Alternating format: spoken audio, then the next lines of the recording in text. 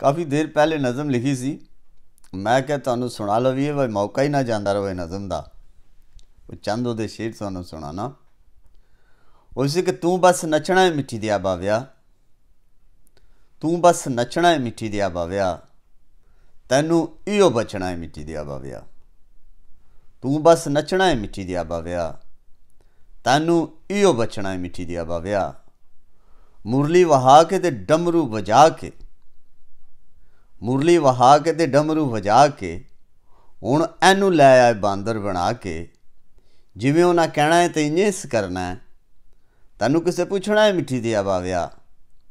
तू बस नचना है मिट्टी दिया बाव्या, तैनू इो बचना है मिट्टी दिया बाव्या।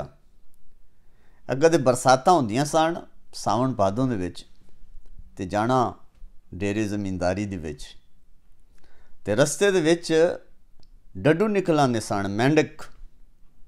वो तुसी भी वेखे होने ने, पंजाब दे रहने वाले हो, जमींदारो। बरसात के मौसम च ना, जिस बरसात होंदी एक तो खुंबा निकल आंदियां सन, डड्डू भी निकल आते सन। वो टैं टैं टैं टैं करते रहते सन। वो जूं ही बरसात खत्म होनी, हो जिद्दू पता नहीं से लगता वो गए कित्थे। वो निकलते भी हो, मैं बजुर्गों ने पूछा, मैं क्या कित्थों आ जाते ने ये जेडे चिट्टिया मूँह वाले डड्डू ने। आते ने जिमीं च आंदे ने, तो जिस बरसात खत्म होंदी है, जिस बारां खत्म होंदियां ने, ये फिर जिमीं च ही वड़ जाते हैं। हुण तुहाडे अगे एक मेरी मारकड़ी जी गुजारिश है